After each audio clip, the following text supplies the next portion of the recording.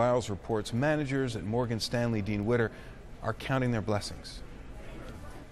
The second terrorist attack was a direct hit on the office space of Morgan Stanley. The firm had 3,500 workers in 22 floors, almost exactly in the area where the second plane hit. But incredibly, most of those employees had already fled the tower minutes before the explosion.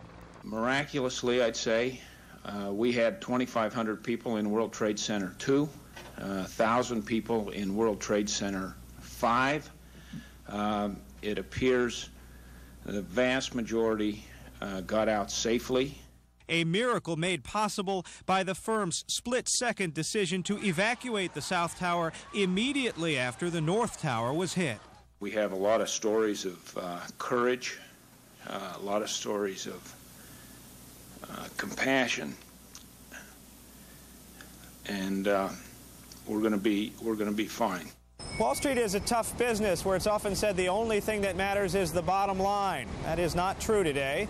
The thing that matters most to these companies is finding out exactly how many of their employees are alive today. Peter Viles, CNN Financial News, New York. As well as the appalling human cost, there are many more implications, including the impact on the global economy. Richard Quest joins us now from London with an update on business. Richard? Many thanks indeed, Jonathan. Yes, the European Central Bank is meeting in Frankfurt around now to discuss how best to limit the economic impact of the attack that was seen in New York. Many people believe that the ECB will make some sort of gesture and perhaps reduce European interest rates. The idea, once again, to try and rebuild confidence, to provide liquidity not only to the markets but also to consumers who may, of course, have been frightened off by what they saw. It seems to be a split view on whether the ECB will actually cut rates. They did so last month, and the last word from the ECB president was that that probably wasn't necessary. We'll have that decision for you in around 3 hours' time. To the markets that have been trading in the Asian trading day, also on currency rates, the Japanese yen trading at 119 to the US dollar, the euro at 90 US cents, the pound at 146.52. What we've seen there is some dollar strength coming back into the markets. In Asia, when trading was finished for the session, Japan's Nikkei average actually was up a touch at the close of the day. In Hong Kong, the Hang Seng was also up, in that case up more than 1%, although Hong Kong had suffered quite sharply lower in the previous day, and Singapore was down 1%. On the European markets, because business is well and truly underway, the London FTSE up around 0.5%, the DAX 0.75% in Frankfurt, waiting for the ECB decision, while the CAC in Paris is basically flat. That's the way the financial world outside the United States is looking at the moment. Maggie Lake now joins us to bring us up to date with what's happening in New York. Maggie? Richard, we're getting ever closer to morning here, and as the bond market is reopening, we wait for stocks perhaps Friday, Monday at the latest to open. There are a few major questions facing the markets. The first is, will this event push the U.S. economy into recession? We have been limping along. Perhaps this is the straw, some people saying, that breaks the camel's back and pushes us into negative territory. Another big question, will it crack consumer confidence, cause people to pull back on spending and start selling stocks, especially near term? And finally, what can the Federal Reserve do? They are providing liquidity. Will they also cut interest rates immediately, as some have suggested and recommended that they do? Now, these are enormous questions, and just want to offer a couple of thoughts on some sentiment coming out from analysts and market watchers today. First of all, in terms of the threat of recession, obviously the business disruption is going to be massive, and no one is pretending it is not going to hurt profits of many companies. But analysts are saying once we get back that, Diane Swank, one speaking today, saying although it's a disaster and great tragedy, ironically, after the initial disruption, the economy often sees a spurt in economic activity. We are a country that rebuilds, and we will. We've already seen the government talking about a package of maybe up to $20 billion. Spending on defense is expected, security. So there will be some stimulus there. Also, in terms of the consumer, we may see some initial selling, some initial panic or jitters, but a lot of people are offering the suggestion that perhaps people will rally around and actually buy stocks in a show of support for the country. People's sort of spirits galvanized. We're hearing a lot of that sentiment come out from people on the street, a lot of patriotic feeling. It is a possibility. It's a very emotional time. It's not clear that that will happen, but we certainly are hearing a lot about that possibility, and not just from individual investors, even from the institutional side. There was a bond trader from PIMCO talking today, and he was asked if they will be selling into the market tomorrow, and his response was that we will trade, but we are not going to aggressively try and exploit this situation. We are bond traders, but we are first and foremost citizens. So there are an awful lot of questions. It is not clear by any means what the outcome is. People should not assume it will all be negative, and a lot of officials and advisors are cautioning people to be patient and calm as we work through some of these questions. Jonathan, back to you. Maggie Lake, thanks very much. A different bit of business now, a word to our viewers. Ordinarily, you'd be seeing CNN Newsroom, our daily educational program for the classroom at this time. CNN Newsroom will not be seen today or tomorrow, but will return on Monday with a special program focusing on the attacks on the U.S. We'll look at the events of this week, look at the history of terrorism, and talk with young people about how they've been affected. In the meantime, teachers can find educational materials relating to the attacks, focusing on how to talk with young people about the situation on our educational website. That's cnnfyi.com. There has been quick action on Capitol Hill should the U.S. ever find those responsible for Tuesday's atrocities. House lawmakers followed the Senate's lead in passing a resolution vowing retaliation. Kelly Wallace is in Washington. She joins us now with more on what's going on in the nation's capital. Kelly.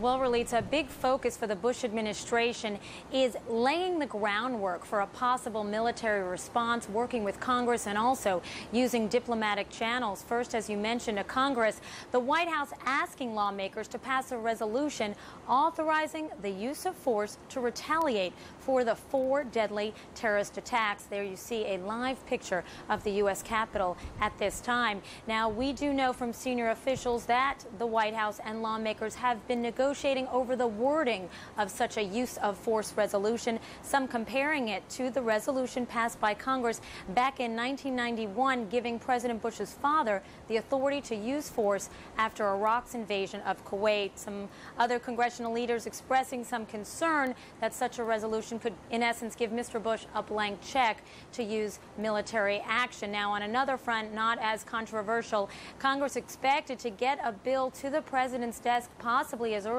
as this day, authorizing $20 billion in emergency aid to help with search and rescue efforts, as well as to help with the rebuilding in these communities that have been affected by these attacks, and of course to aid federal, state, and local agencies. Relitza, of course, the feelings here still tremendous sadness, flags throughout the nation's capital at half-staff, and we saw a prayer vigil last night. It began at the U.S. Capitol. There were people holding candles, carrying American flags, and some people singing, we understand, God Bless America, walking from the U.S. Capitol and then proceeding to Pennsylvania Avenue in front of the White House. Now, on the diplomatic front, President Bush has been reaching out to world leaders to build what the White House is calling an international coalition against terrorism. Mr. Bush on Wednesday talking to the leaders of Canada, Britain, France, Germany, China, and Russia. Also, Relitza, the administration quite gratified by NATO's statement, which said that an attack on one member of the alliance is the same as an attack on the alliance. Now, on Wednesday, Mr. Bush had 2 separate meetings with his national security team, more meetings with his key advisors likely on this day. Again, U.S. officials publicly not commenting about who they think is responsible for these attacks, but privately, senior officials saying that the evidence is certainly looking and pointing to affiliates of accused terrorist Osama bin Laden. Relitza? Kelly, thank you. The Tuesday's devastating attacks came against the wealthiest, best defended country in the world, only added to the shock and amazement. Though the United States blazes its own trail in international diplomacy, Washington is now courting support for any possible response against the perpetrators. Andrea Koppel reports. With much of the nation focused on the tragedy at home, Secretary of State Colin Powell set his sights overseas, taking the helm in U.S. diplomatic efforts to build international support against terrorism. We're building a strong coalition to go after these perpetrators, but more broadly, to go after terrorism wherever we find it in the world. It's a scourge not only against the United States, but against civilization, and it must be brought to an end. 10 years ago, as the chairman of the Joint Chiefs of Staff during the Gulf War, then General Powell helped build the coalition against Iraq. But this time the victim is the United States, and the enemy still unknown. Nevertheless, Powell has already begun to lay the groundwork for an eventual military retaliation in phone calls with leaders in Israel, the Palestinian territories, Egypt, Jordan, Saudi Arabia, and Russia.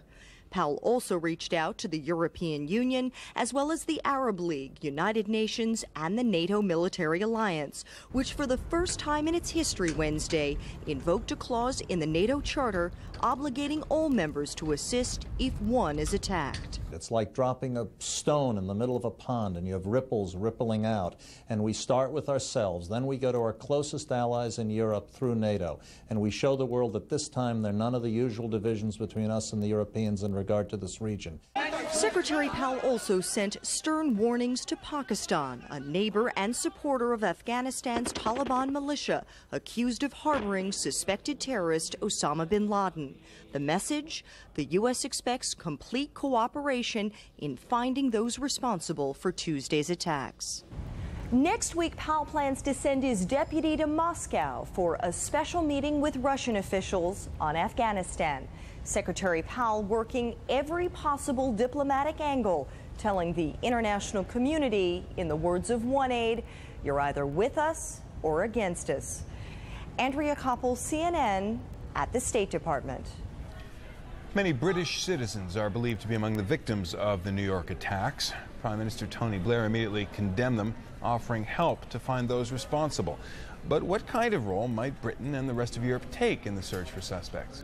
Joining us live from London is CNN's European political editor, Robin Oakley. Robin? Jonathan, I've just been talking to Jack Straw, the British Foreign Secretary at the Foreign Office, and the first response from him was that the British public, certainly, and many people across Europe, have taken this attack on the United States as if it was an attack on them. He was saying that many British citizens work in the United States, many US citizens work in Britain and in Europe. There is a real sense of solidarity about this. But when I said to him, look, you and Tony Blair, the Prime Minister, are talking about standing shoulder to shoulder with the United States, what does that really mean? Does it merely mean moral support? He said, no, it clearly means military support. NATO is not just about an expression of moral support. NATO is about providing tangible military support. That is the point. That is what Article 5 is about. If you're asking me to speculate on the nature of that military or intelligence support, I can't, but Secretary of State Colin Powell gave some indication of the kind of support for which the United States might be looking to if they decide on particular military actions.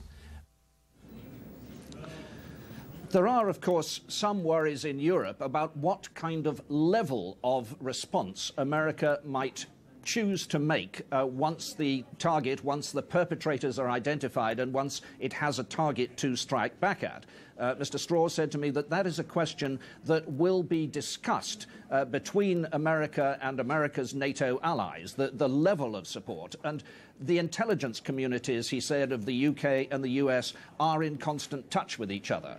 But when I said there were some worries in Europe that perhaps too big a response from the United States at this time might lead to a perpetuation of terrorism, that maybe the right response was not necessarily an eye for an eye, Mr. Straw said, no, there were dangers in the alternative response to that, and you simply could not make it a case, it could not be a case of turning the other cheek, as it were.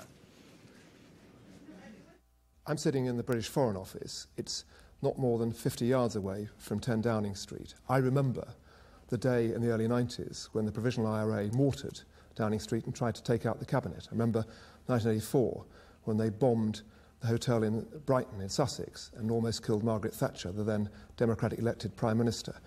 And it wasn't about retribution, but in each case, the attack on the terrorists, the need to take very firm action against those terrorists, as well as political action to undermine their support, was very necessary, and unless there had been action taken of a firm kind